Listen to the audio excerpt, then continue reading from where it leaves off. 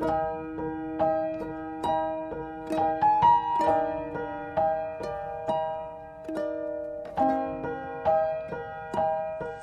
berdoa terlebih dahulu.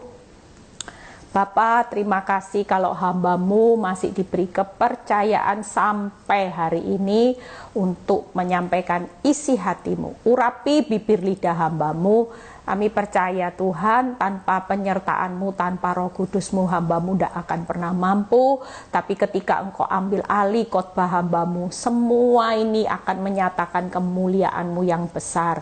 Terima kasih ya Bapak, terpuji nama-Mu, di dalam nama Tuhan Yesus yang percaya berkata amin. Ya, shalom semuanya. Hari ini saya akan berkhotbah tentang bagaimana berserah atau menyerah, ya. Kelihatannya mirip tapi beda, ya. Bedanya total. Hari-hari ini lebih banyak orang menyerah daripada berserah, ya. Sebelum saya melanjutkan khotbah ini, buat besok yang ada di Jakarta, besok Victory Jakarta onsite, ya. Kita mau datang, kita mau beri waktu, jangan terus tunggu YouTube. Kalau bisa ada waktu yang di Jakarta, kecuali yang di Surabaya, di luar Jakarta, ya mau ndak mau harus nunggu YouTube-nya. Tapi besok yang ada di Jakarta, yuk kita beri waktu sama Tuhan, ya. Kita mau ibadah, kita mau ibadah tatap muka, kita mau langsung merasakan kehadiran Tuhan, bukan lagi ditunda waktunya. Tapi kalau bisa yuk besok gabung, ya. Saya yang akan berkhotbah tentang pesan yang bagus, kesaksian yang bagus, supaya hari-hari ini saudara dan saya, kalau kita hari ini mau hidup berserah sama Tuhan, tidak ada ruginya. Makin lama kita menantikan waktunya Tuhan, kita itu semakin akan mendapat kekuatan yang baru. Kekuatan yang baru dari Tuhan itu lagi kita nanti-nantikan. Kenapa? Karena kita semua itu nggak akan pernah mampu berdiri di akhir zaman ini dengan kekuatan kita sendiri. Kita benar-benar hari-hari ini cuman bisa berkata butuh kekuatan Tuhan, ya. Yang mau ikut retreat juga, ya, sudah tinggal 10 aja, terbatas sekali, ya. Saudara yang punya kerinduan segera daftarkan. Yuk kita mau sabat 3 hari, benar-benar kita mau berjumpa dengan Tuhan, ya. Hari ini saya akan berkhotbah bagaimana berserah. Kita percaya bahwa setiap kita hari-hari ini pasti akan mengalami rasa takut. Mungkin takut nggak bisa menemukan solusi masalah, kita takut dengan yang namanya nyawa kita terancam, dengan keadaan sakit penyakit, ya. Ini semua reaksi wajar. Saya beberapa saat pernah bertemu orang beberapa kali dan saya kaget, saudara. Waktu dia cerita-cerita dalam pengalaman hidupnya, ya, saya melihat bagaimana kehidupannya itu luar biasa. Saya sampai berkata gini, zona nyaman ya Tuhan, ya. Makanya saya paling takut kalau saya melihat seseorang itu zona nyaman. Dan ketika dia bercerita tentang keluarganya, anak-anak, pekerjaan, semuanya baik, ya. Sampai suatu kali saya mendengar dan beberapa saat saya kagetnya luar biasa. Suatu kali tanpa ada gejala hanya gejala ringan, dia pergi berobat mengantar suaminya dan dia juga mau check up dua-dua, ya. Ketika check up, pada saat itu suaminya didiagnosa kanker stadium sudah akhir, ya. Karena istrinya shock, dia juga punya ketakutan karena anaknya masih belum ada yang menikah. Dan singkat cerita dia juga check up. Ketika dia check up, hasilnya sama-sama kanker stadium akhir.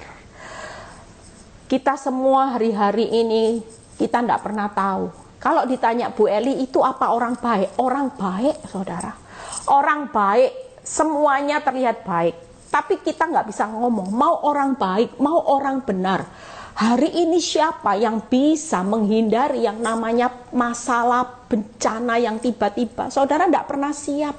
Saya bisa bayangkan di posisi orang itu. Kalau nggak punya Tuhan, kira-kira bisa kuat nggak ngadepi? Dua-dua loh saudara. Dalam keadaan tidak pernah terjadi sesuatu, tiba-tiba ketika iseng karena ada gejala cuman ya ringan-ringan lah, dan mereka tidak pernah berpikir bahwa itu kanker sudah stadium akhir. Dan yang parahnya dua-dua sepasang suami istri ini lagi. Saudara bisa bayangkan hari ini kita ini ada dihadapkan pada pilihan. Kalau itu sudah menimpa keadaan yang buruk, keadaan kita yang sudah nggak punya solusi jalan keluar, yang jadi pertanyaannya, saudara berserah atau menyerah?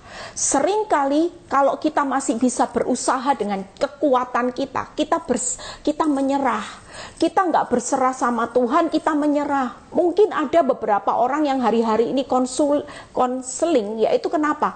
Mereka mulai mengakui, Bu Eli, saya mengakui salah. Kenapa saya tanya? Karena saya sudah terlalu jutek, Bu Eli. Saya sudah terlalu mentok. Saya akhirnya mengambil langkah pergi ke paranormal. Saya sudah tidak tahu solusi. Saudara, bayangin, hidup akhir zaman ini, saudara jangan memberikan waktu dan percaya kepada hal yang di luar Tuhan. Solusi yang harus saudara lakukan daripada saudara datang ke paranormal, ke orang minta pertolongan yang tidak pasti memberikan pertolongan dalam hidup saudara dan saya. Hari ini, pesan saya, firman Tuhan berkata, hari ini berserahlah kepada Tuhan. Saudara jangan pernah menyerah dengan kenyataan. Ya, kita percaya bahwa ketika kita berserah, iman itu jangan tunduk pada kenyataan. Kalau imanmu selalu dibawa kenyataan dan tunduk, dan kau berkata, Tuhan, aku tidak tahu apa yang harus aku lakukan, tapi imanku tunduk pada kebenaranmu. Iman yang tunduk kepada kebenaran, yaitu iman yang percaya penuh kepada kebenaran, bahwa kebenaran ini pasti memerdekakan saudara. Kalau kita tunduk pada kenyataan, kita percaya kepada kenyataan, maka kenyataan ini akan menghancurkan hidupmu. Itu jelas pilihan saudara dan saya.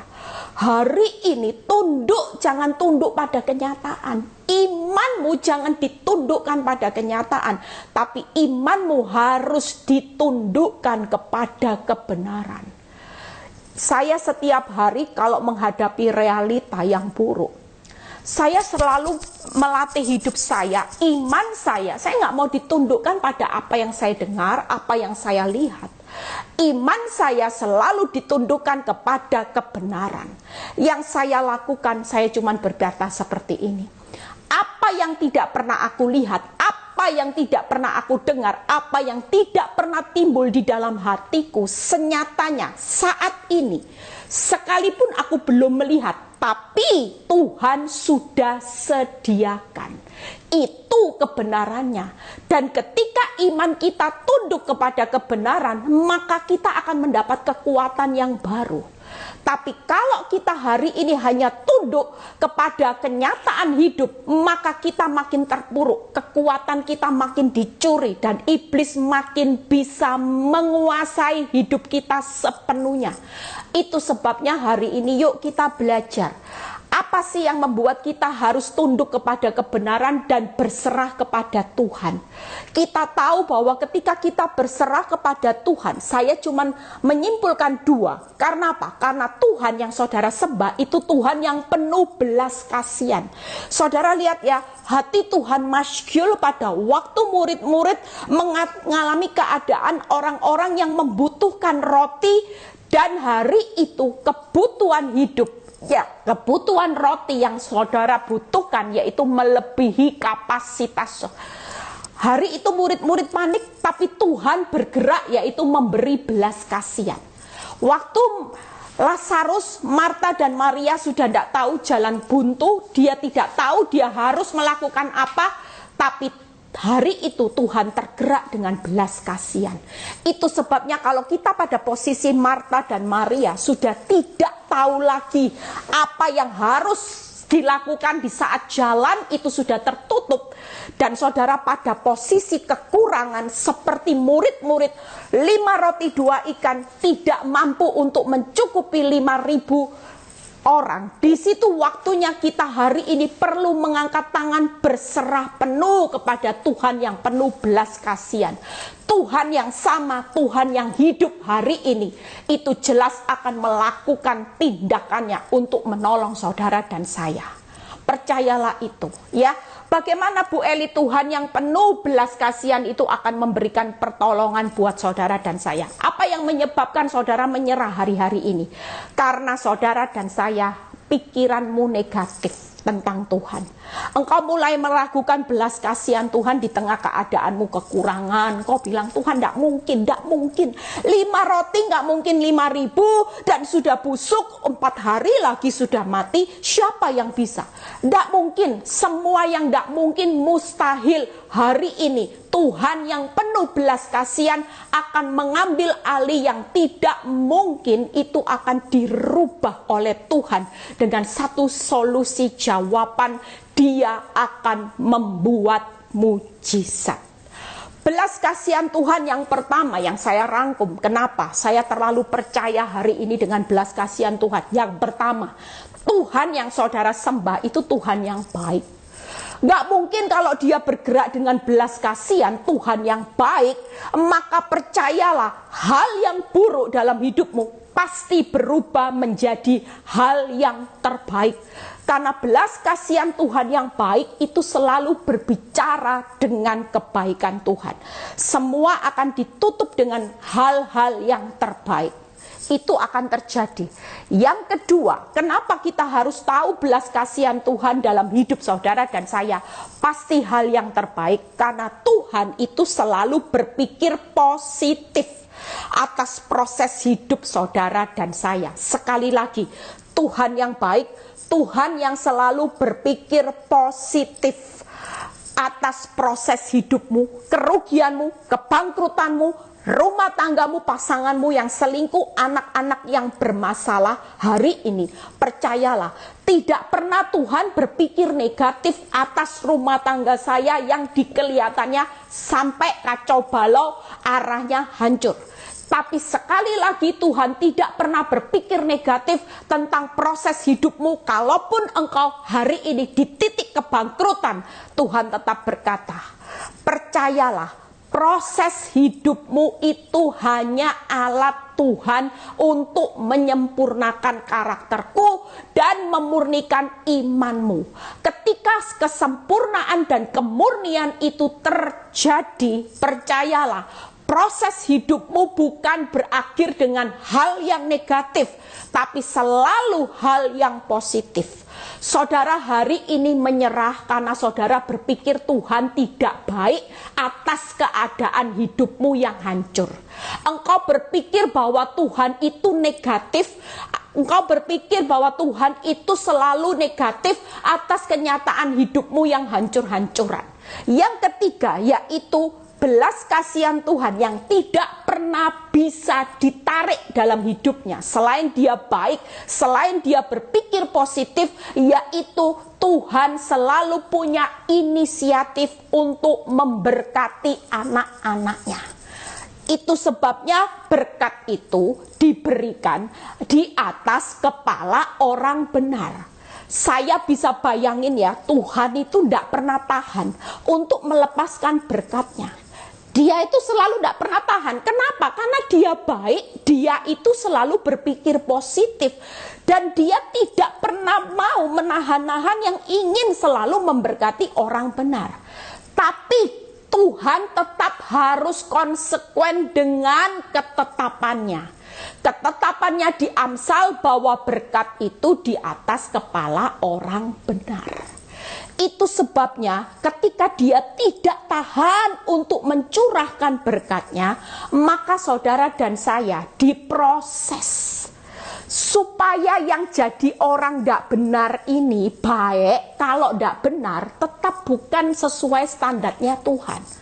Orang baik belum tentu benar, tapi kalau orang benar pasti baik. Contohnya gimana Bu Eli? Saya kasih tahu. Kalau seorang dapat uang dari hasil yang tidak halal, misalnya jadi istri simpanan orang, habis merampok, tapi nyumbang panti asuhan, baik ya, tapi tidak benar. Nah, seperti inilah yang Tuhan karena tidak tahan, dia ingin segera mencurahkan berkatnya. Makanya dia segera memproses hidupmu supaya dari orang yang tadinya cuman baik tapi tidak benar, dijadikan orang baik yang benar. Karena dia ingin segera mencurahkan berkat-Nya. Jadi hari ini jangan pernah menyerah. Berserahlah kepada Tuhan yang penuh belas kasihan, sekalipun keadaanmu sudah busuk. Keadaanmu mengalami bangkrut yang sudah bangkrut-krut-krut. Mungkin yang hancur sudah cur-cur-cur, sudah busuk Bu Eli, sudah tidak mampu 5.000 lagi. Saya cuma punya 5 roti Bu Eli, nggak mungkin. Jangan menyepelekan Tuhan. Hari ini firman ini buat saudara dan saya, hari ini belajarlah untuk berserah ke tangan Tuhan yang penuh belas kasihan. Keadaanmu tidak baik, Tuhan tetap baik. Tuhan tetap berpikir positif tentang prosesmu yang hancur-hancuran. Bahkan Tuhan itu tetap punya inisiatif, berkeinginan terus memberkati orang benar. Jadi nggak ada yang namanya segala hal yang buruk itu akan berakhir dengan hancur. Kenapa? Karena hari-hari ini kebaikannya sedang terjadi, ya. Hal yang positif, pemikiran Tuhan yang positif sedang terjadi dalam hidupmu. Dan berkat Tuhan yang menjadikan saudara kaya, susah payah tidak menambahi, itu sedang terjadi di balik prosesmu. Daripada saudara menikmati berkatnya orang berdosa, karena saudara menikmati dari cara dunia, nanti ada susah payah. Makanya Tuhan mau berkati saudara murni dari berkatnya. Tidak ada campur tangan iblis atau dunia, karena dia selalu baik. Dia tidak mau saudara dan saya nanti kaya, tapi tiba-tiba ada susah payah menambahi. Itu Tuhan tidak mau, karena dia sangat mengasihi saudara dengan belas kasihannya. Tangkap ya. Kita belajar lagi dari seorang Ayub. Bagaimana yang kedua? Berserah di tangan Tuhan yang penuh kuasa. Kuasanya hebat, ya. Saudara percaya hari-hari ini, sebenarnya hari ini saya itu tidak live, ya. Tapi karena saya nanti saya harus balik ke Jakarta, saya harus terbang sore ini ke Jakarta, saya besok harus khotbah di Jakarta, ya. Tapi saya punya hati. Tiba-tiba Tuhan bilang, khotbahkan firman ini. Karena ada banyak orang-orang yang ingin menyerah di hari-hari ini. Ketika Tuhan kasih saya pesan, sebenarnya saya juga ada punya kepentingan saudara. Tapi saya tetap berikan waktu 1 jam buat kita belajar sama-sama untuk semakin hidup berserah. Kalau Tuhan punya kepentingan, berarti ini sangat-sangat penting untuk membangun kekuatan saudara di akhir zaman. Yuk kita lihat yang kedua, bagaimana kita belajar dari seorang Ayub. Ayub saleh, taat, takut akan Tuhan dan menjauhi kejahatan. Tapi Ayub mengalami proses, ya, bukan hanya kehilangan, kerugian. Wow, paketnya lengkap kalau Ayub, ya. Sudah itu sudah. Kalau bukan kekuatan Tuhan, Ayub sudah bunuh diri. Mungkin sudah tidak tahu dia lompat dari lantai berapa atau bagaimana, ya. Saudara lihat Ayub 12 ayat 10 dan 13. Kita belajar sama-sama bagaimana Ayub bisa menjalani kekuatan ini dengan berserah kepada Tuhan. Ketika saya selidiki dari Ayub, kita lihat Ayub 12 ayat 10 dan 13. Bahwa di dalam tangan Tuhan, lihat ya, terletak nyawa segala yang hidup. Nah, itu luar biasanya Ayub tahu. Makanya kalau hari ini yang menyerah-menyerah ini tidak masuk akal. Saudara tahu kita ini punya Tuhan. Kalau saudara menyerahkan hidup saudara di dalam tangan Tuhan yang berkuasa. Ayub di kitab Ayub berkata, terletak nyawa segala yang hidup dan nafas setiap manusia. Saya waktu baca firman ini saya bisa bayangkan. Bayangin saudara, nyawa aja dia punya kuasa loh atas hidupmu. Nafas. Kira-kira nafas terakhir kalau saudara mau mati, Tuhan punya kendali enggak untuk cabut? Kalau sudah waktunya, saya dulu sebelum pelayanan khotbah-khotbah, saya pelayanannya di rumah sakit. ICU itu tempat saya pelayanan. Kalau sudah orang yang sudah mau mati, saya itu sering lihat orang yang sudah mau meninggal, saudara ya. Sama mama saya, sama beberapa pendoa. Ini nafasnya gini. Itu benar kayak ikan koi, ikan yang sudah megap-megap kehabisan oksigen. Itu seperti itu orang di ICU. Itu pun Tuhan punya kendali. Sampai nafas keberapa dia akan cabut. Dan itulah akhir hidupmu. Itu pun dalam firman Tuhan. Firman Tuhan berkata, nafas setiap manusia. Hari ini engkau bisa bernafas, itu dalam kendali Tuhan loh. Dia punya kuasa loh ngatur nafas. Kalau sudah visanya berakhir, sudah megap-megap keberapa, Tuhan tahu. Oh, dalam nafas yang terakhir, yang ke-10, dia hembusan nafas terakhir ketika dia cabut visa hidupmu. Dan itulah hembusan nafas terakhir saudara hidup di dunia. Apa yang perlu saudara takutkan? Apakah saudara masih milih untuk menyerah hari ini? Lihat kata-kata berikutnya ya. Tetapi ayat 13, pada Allah lah hikmat dan kekuatan. Wow. Saudara, kalau hari ini saudara menyerah, saudara konyol. Kita mau menyerah sama siapa, saudara? Menyerah sama paranormal, menyerah sama orang kuat yang bisa membeli hidupmu hanya diberi pinjaman, tapi engkau harus melakukan dosa. Mereka tidak punya kendali atas yang namanya nyawa dan nafasmu. Mereka tidak punya kendali atas hikmat, kekuatan, bahkan dialah yang mempunyai pertimbangan dan pengertian. Itu sebabnya Tuhan itu ingatkan firman ini buat saudara dan saya. Nah, aku ini sumber loh.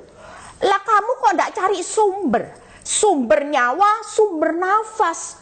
Lah nafasmu hitungan keberapa visamu terakhir di dunia, aku sudah tahu. Sudah tahu. Kalaupun aku lanjutkan proses hidupmu, Ayub sampai mengalami hal yang menghancurkan. Ayub itu tetap aku topang dengan kekuatan karena aku sumber. Nggak mungkin nggak kuat. Aku sumber pertimbangan, aku sumber pengertian, sumber hikmat. Nggak mungkin waktu engkau menantikan waktuku, aku izinkan engkau berjalan sendiri. Ketika engkau berserah kepada kuasaku, percayalah. Aku topang engkau dengan kekuatan, hikmat, sampai engkau sanggup menanggung segala perkara dan menyelesaikan sampai di garis akhir.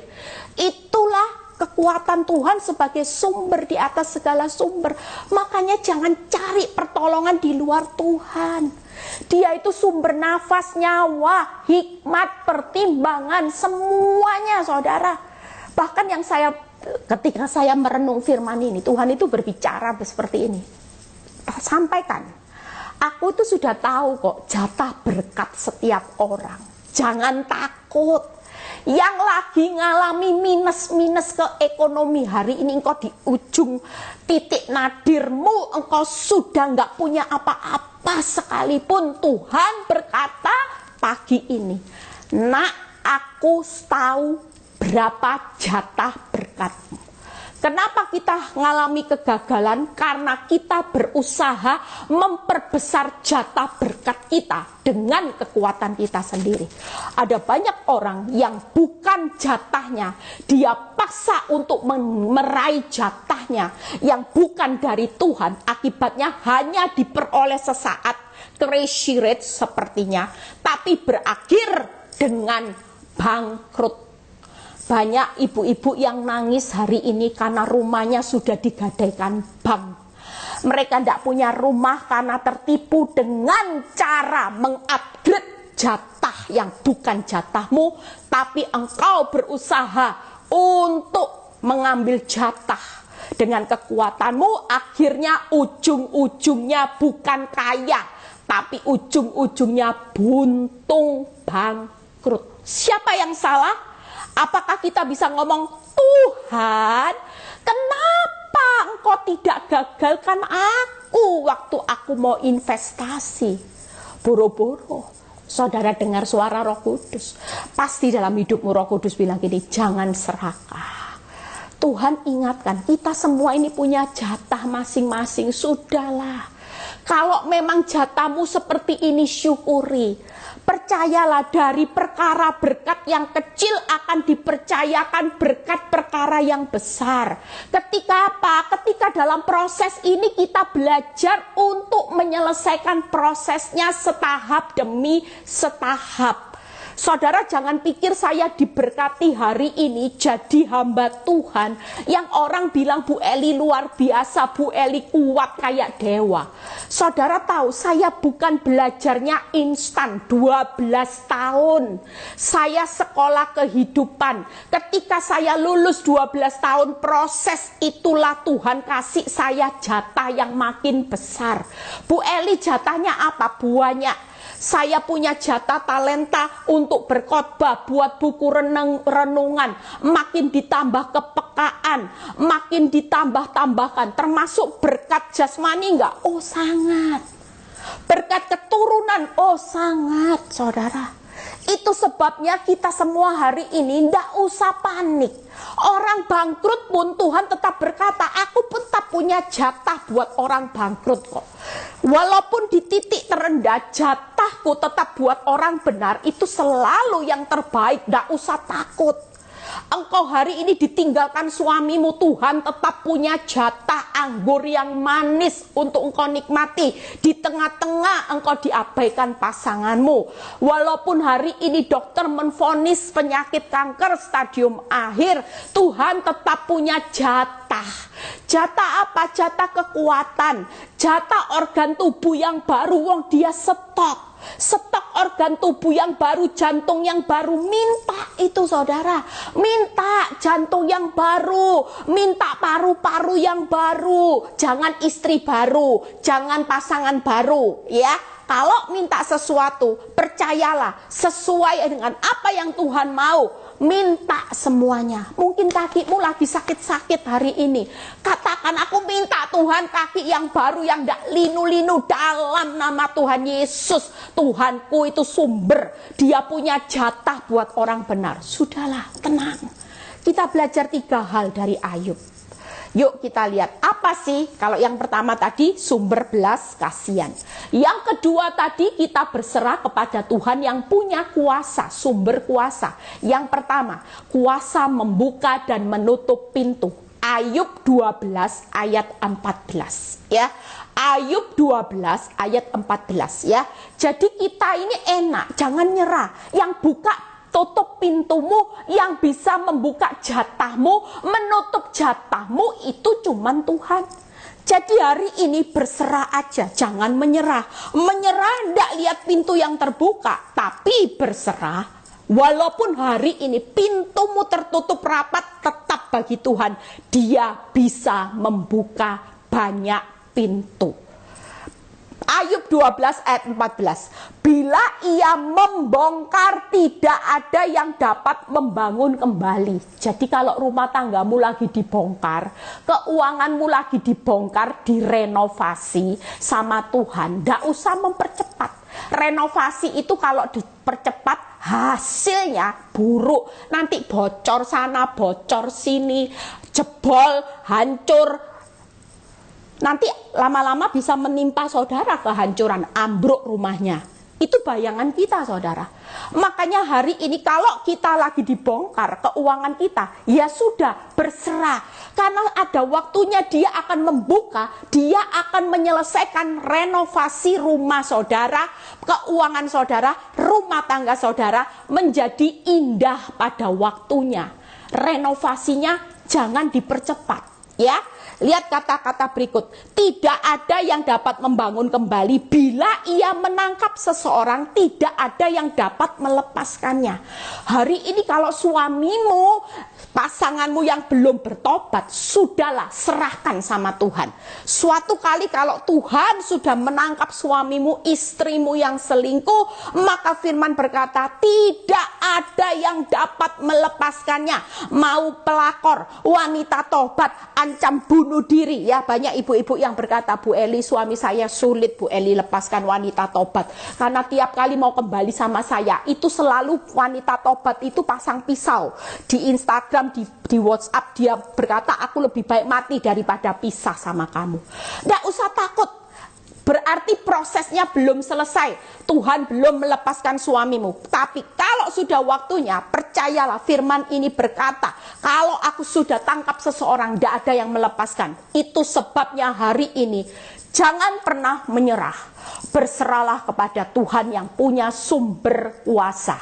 Kalau belum waktunya Tuhan, berarti dia masih memproses pasangan hidup kita, keuangan, renovasi. Pasangan kita itu lagi direnovasi. Suami saya lagi direnovasi. Saya direnovasi, karakternya makin disempurnakan, suami saya juga. Dan kalau sudah selesai, semuanya indah, maka ini akan dipersatukan menjadi bangunan rumah tangga yang kokoh, tahan badai, tahan petir, tahan gempa, saudara. Dihantam gempa, badai, petir, ini dua jadi satu akan kokoh. Tangkap ya saudara.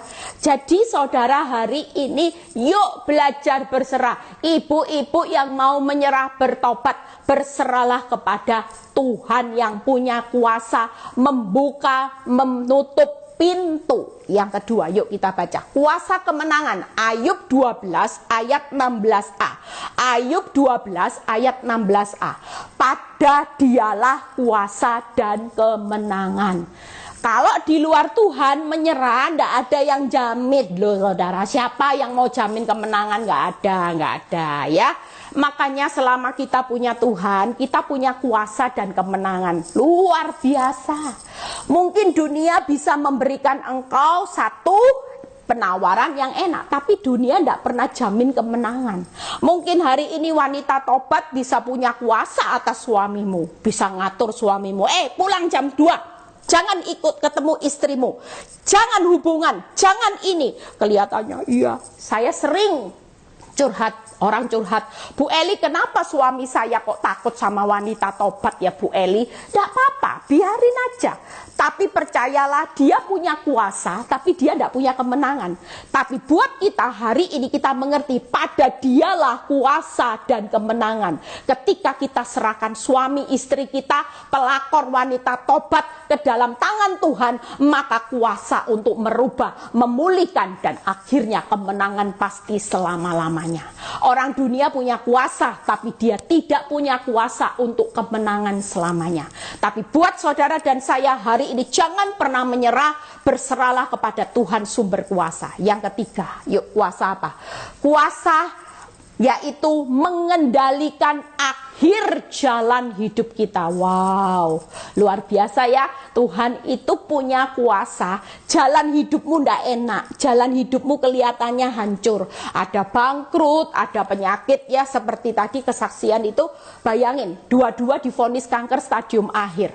Saudara bisa bayangin saudara, apa yang terjadi melewati hari-hari waktu setelah divonis ini. Kalau ndak ada Tuhan, bisa ndak sukacita?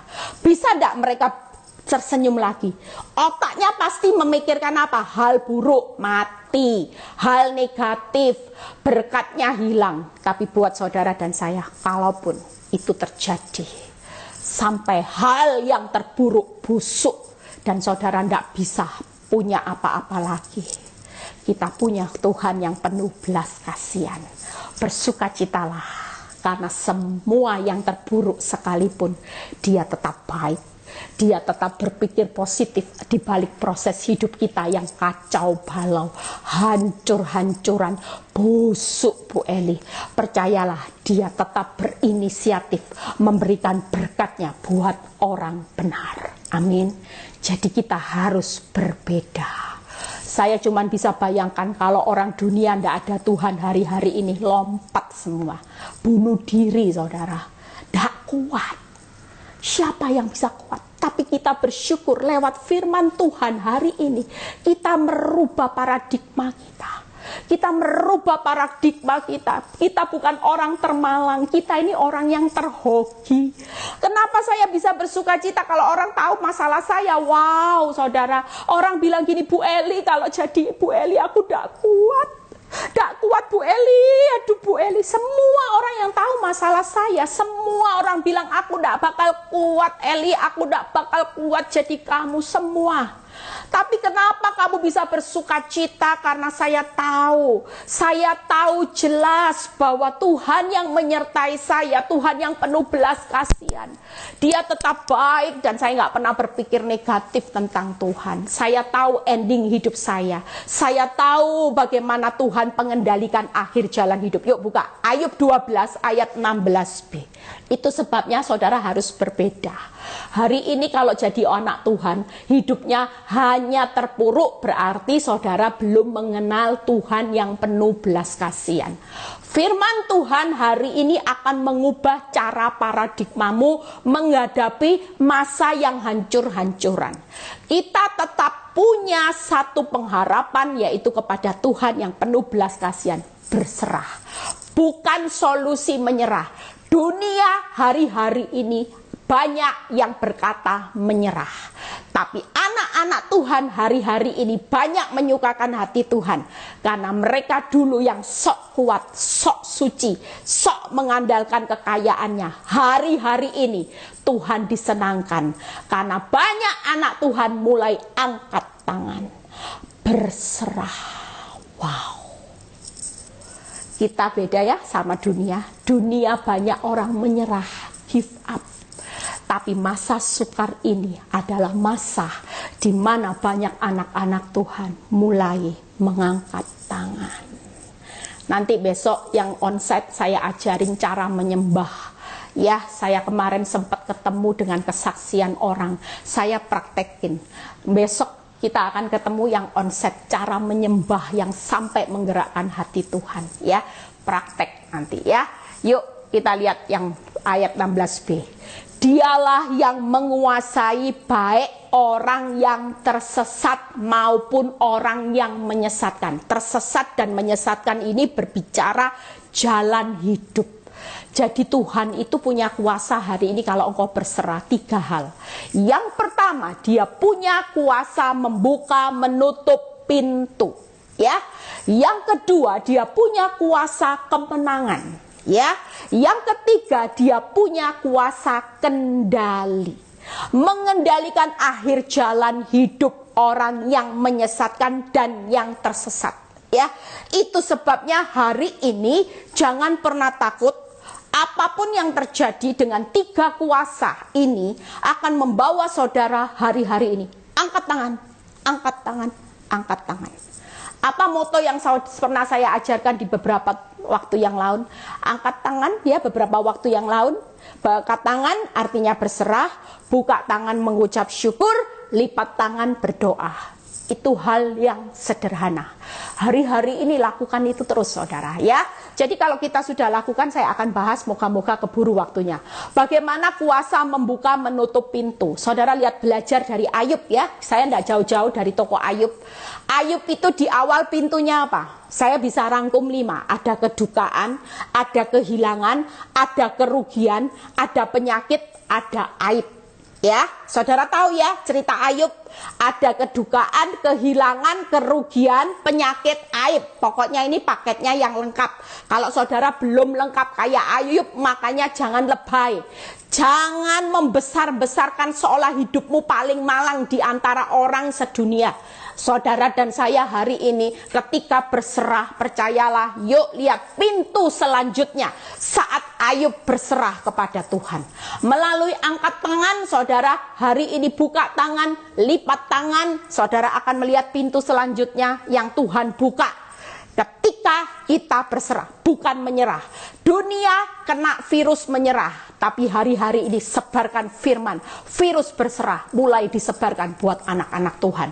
Ketika kita berserah, pintu selanjutnya akan terlihat. Yuk kita baca.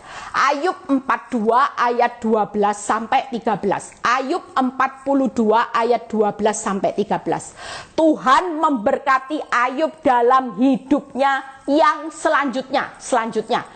Tuhan memberkati hidup Eli Kurniawati yang selanjutnya. Tuhan memberkati hidup Titi, Tuhan memberkati hidup Lia, Tuhan memberkati hidup orang-orang yang bergabung pagi ini lewat live pagi ini selanjutnya. Yuk kita baca. Lebih apa kurang? Lebih daripada dalam hidupnya yang dahulu. Saudara luar biasa ya. Jadi kalau saudara ditutup pintunya, jangan nangis Bombay.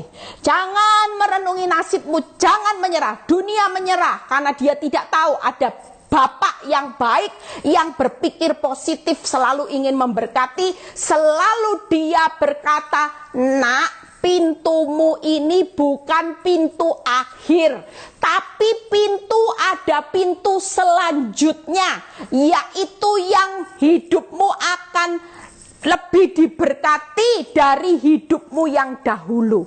Percayalah, hari ini Tuhan akan memberkati saudara dan saya dalam hidup selanjutnya lebih daripada pintu yang dahulu aku tutup. Pintu yang saat ini masih tertutup, ada pintu selanjutnya yang akan terbuka lebih, tidak pernah kurang, lebih dan lebih.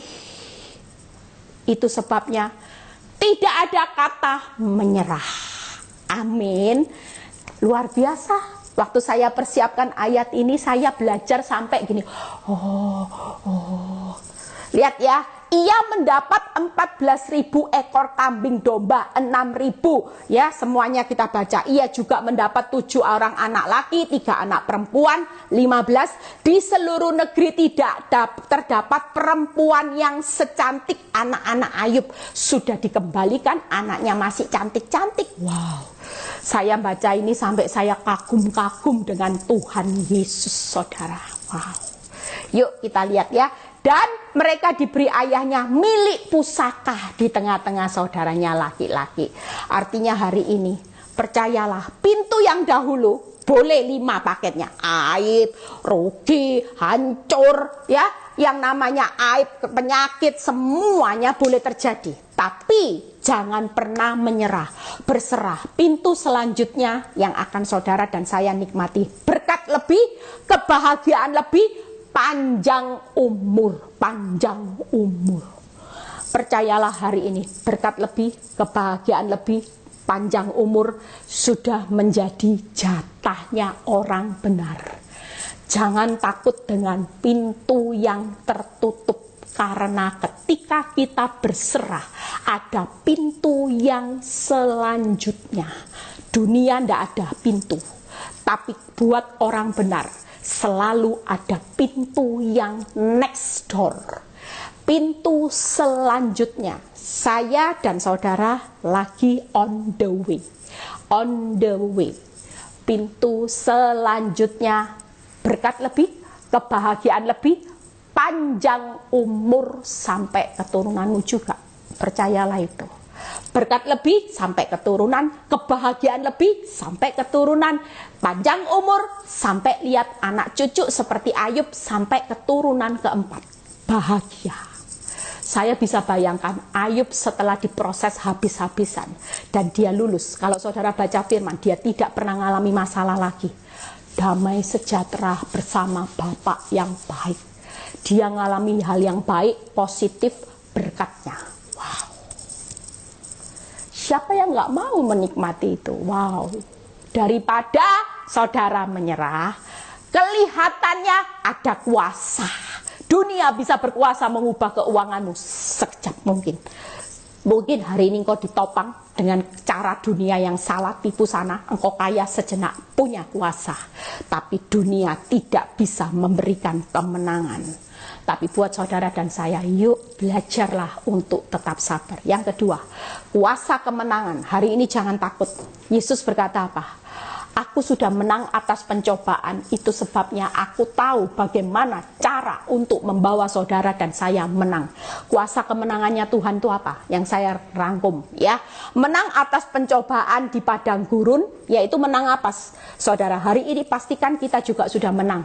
Menang atas keinginan daging, keinginan mata, dan keangkuhan hidup. Yesus sudah menang. Makanya hari ini kalau kita berperang dengan keinginan daging, mata, keangkuhan hidup, saat kita melibatkan Tuhan, kita pasti menang. Tidak ada orang bilang gini, Bu Eli, saya bisa menang kalau saya tidak membunuh orang. Tapi kalau saya marah, sakit hati, saya nggak bisa menang. Saya tidak bisa menang. Tidak bisa, saudara. Yang namanya pencobaan di padang gurun, Tuhan menang di 3 area. Menang atas keinginan daging, keangkuhan hidup, dan keinginan mata. Buat saudara dan saya hari ini, percayalah kuasa kemenangan saat berserah. Saudara mungkin hari ini seperti saya. Saya dulu merasa bahwa kalau saya belum menang atas masalah saya jadi orang yang kalah. Tapi hari ini saya bisa puasa. Saya mendapat kemenangan luar biasa. Kenapa? Karena Tuhan bilang gini, pemenang bukan karena masalahmu selesai, bukan karena engkau kaya, engkau sudah pulih, engkau sukses, bangkrut jadi berhasil, bukan itu. Tapi menang, kuasa kemenangan ketika engkau berserah hari ini, walaupun masalahmu belum selesai, tapi engkau bisa menang atas keinginan daging, keinginan mata, keangkuhan hidup, keegoanmu. Senyatalah, inilah kuasa kemenangan. Hari ini tetap tenang, saudara yang sudah menang 3 area, saudara statusnya di pemandangan Tuhan lebih dari pemenang. Stempel surga, tok. Siapa yang kepingin ditok stempel surga? Lebih dari pemenang. Kenapa? Bukan karena menang atas masalah. Orang menang atas masalah dipulihkan, tapi tidak pernah menang atas daging, keinginan mata, keangkuhan hidup. Selama di padang gurun engkau tidak pernah menang di area ini, engkau tetap di stempel gagal, failed, anak-anak buangan. Hari ini percayalah, saya bisa GR.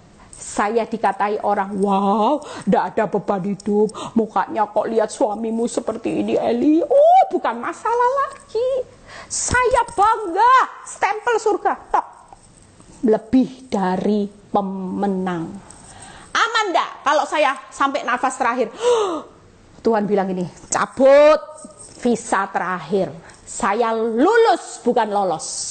Percuma saya lolos, rumah tangga saya dipulihkan, tapi saya tidak lulus karena stempelnya bukan lebih dari pemenang, failed. Percuma.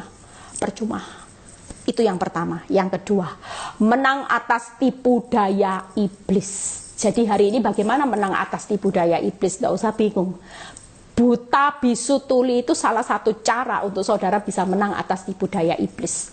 Mau dipaksa marah, mau dipaksa dengar, saudara tutup. Mau dipaksa lihat fakta, saudara tutup mata. Saudara hanya satu. Ketika menang atas tipu daya iblis, ketika aku takut, maka ilmunya percaya saja. Itu salah satu kita menang atas tipu daya iblis. Jadi hari ini yang sudah bisa menang atas tipu daya iblis, toknya juga more than a winner. Percuma hidupmu jadi anak Tuhan 30 tahun, tapi imanmu cuman up and down. Percayamu musiman. Percayamu tidak teguh cuman separuh-separuh. Percuma. Hari ini kemenangan itu sudah terjadi karena Yesus sudah menang atas padang gurun, menang atas tipu daya iblis. Saudara dan saya sebagai anaknya ketika berserah, saudara juga akan menang. Yang ketiga, menang atas maut. Itu yang paling tidak bisa dibeli oleh orang dunia. Mau triliun, mau kayanya pemilik dunia, percuma. Besok mati, hartamu nggak ada yang dibawa dan kau tidak bisa beli keselamatan. Tapi buat saudara dan saya, hari ini engkau seorang sederhana. Engkau tidak diorangkan orang. Rumahmu sangat sederhana.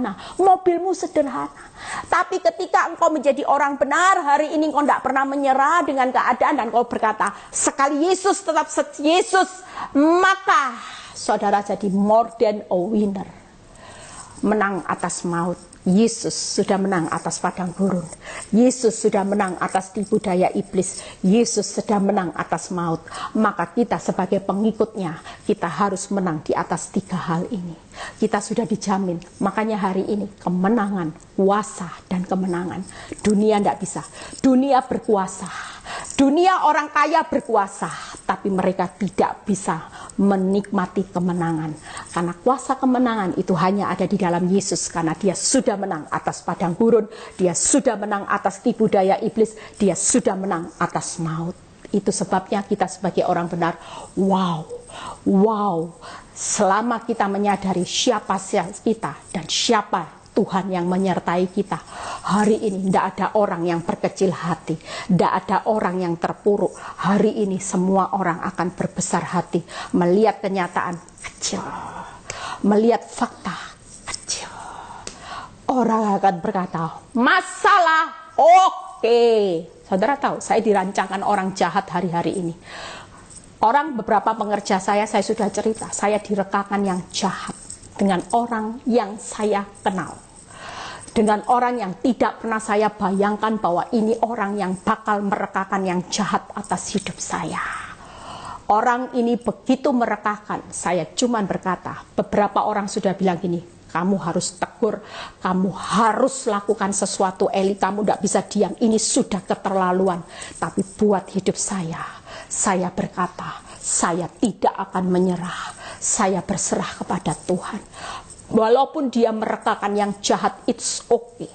Saya tetap akan mengampuni hidupnya. Saya tidak akan merancangkan kecelakaan buat orang yang jahat.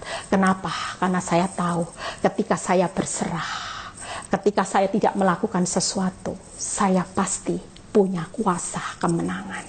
Amin. Yuk yang terakhir. Kuasa mengendalikan akhir jalan hidup seseorang, ya. Kuasa. Yuk Ayub 42 ayat 7 sampai 8, ya. Jadi saudara dan saya hari ini kalau direkakan orang yang jahat tidak usah bales. Saudara tetaplah ambil status jarah menjadi orang benar. Ketawa aja, ketawa, sudahlah. Orang jahat sama kita dia tidak tahu. Kalau nanti visa hidupnya sudah nafasnya, kan Tuhan yang sumbernya. Dia tahu orang jahat kalau tidak bertobat nanti hitungan nafasnya cabut. Lagi ketawa, cabut. Bisa enggak? Oh bisa. Orang makan aja kesedak bisa mati loh saudara. Banyak. Orang cuma gini. Tiba-tiba visanya diambil sama Tuhan. Siapa yang tahu hidup ini? Lah dia berdaulat kok. Saudara bisa ngatur Tuhan. Tuhan, aku sudah baik, aku sudah sumbang gereja, aku mau nafas hidupku tidak pernah berhenti. Oh tidak bisa saudara. Setiap kita sudah tahu Tuhan hitungan nafas keberapa engkau akan berhenti dan visamu habis, engkau harus pulang dan engkau harus mempertanggungjawabkan apa yang kau tabur selama ini di dunia. Bukan dipertanggungjawabkan harta-hartamu ini loh Tuhan, aku punya selama ini, aku sudah sumbang gereja. Semua itu akan ditolak saudara. Yang Tuhan mau adalah persembahkan tubuhmu, hidupmu sebagai persembahan yang hidup, kudus dan berkenan kepadanya. Itulah persembahan yang sejati. Itu sebabnya jadi orang benar, tetaplah jadi orang benar. Jangan sampai merubah statusmu. Saudara akan mengalami hal yang rugi. Ayub 42 ayat 7 sampai 8 terakhir. Waduh waktunya. Setelah Tuhan mengucapkan firman itu kepada Ayub, maka firman Tuhan kepada Elifas. Nah ini orang yang jahat ya. Makanya jangan jadi orang jahat merekakan yang jahat sama orang benar. Buat hidup saya direkakan yang jahat dengan orang, saya tidak akan pernah takut. Lihat ya, murkaku. Ya, saya kalau baca ini saya bilang, duh Tuhan saya ngampuni orang yang bersalah.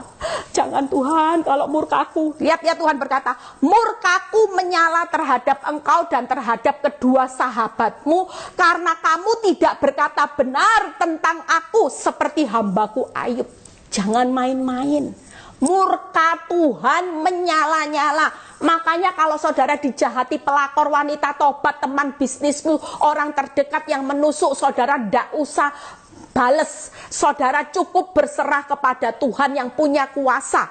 Lihat ayat 8. Oleh sebab itu ambillah 7 ekor lembu jantan, 7 ekor lembu jantan, pergilah kepada hambaku Ayub. Ini berbicara kalau ambil ada harga yang harus dibayar. Hari ini walaupun engkau minta maaf sama Tuhan, saudara tetap ada perintah, ambillah. Itu berarti ada sesuatu yang harus dibayar atas dosa-dosamu. Sekalipun dosa itu diampuni. Lihat ya, persembahkanlah semuanya itu sebagai korban bakaran. Itu harga yang harus dibayar. Jadi jangan bangga dengan pelakor, dengan wanita tobat yang bisa hari ini di atas angin. Suatu kali ada murka Tuhan yang menyala dan Tuhan berkata, kalaupun istrinya ngampuni, kamu tetap harus ada korban bakaran. Bayar itu harga. Ngeri ya saudara, ngeri. Yuk kita baca.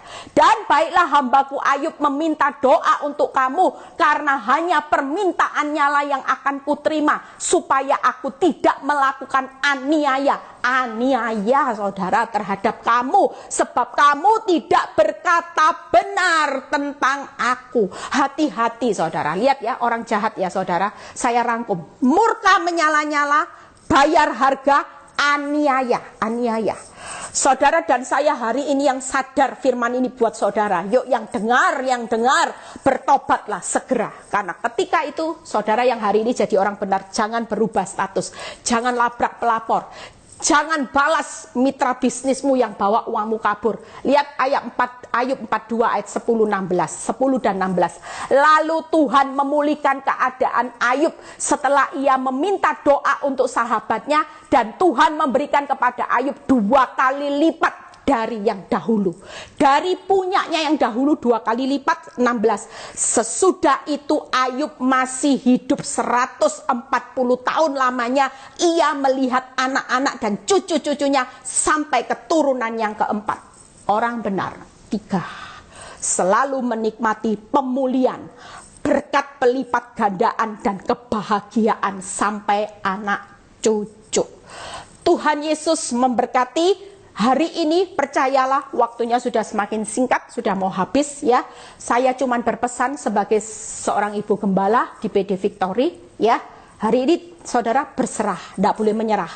Berserah kepada Tuhan yang penuh belas kasihan. Dia baik, dia selalu berpikir positif, dan dia selalu tidak tahan untuk tidak memberkati orang benar.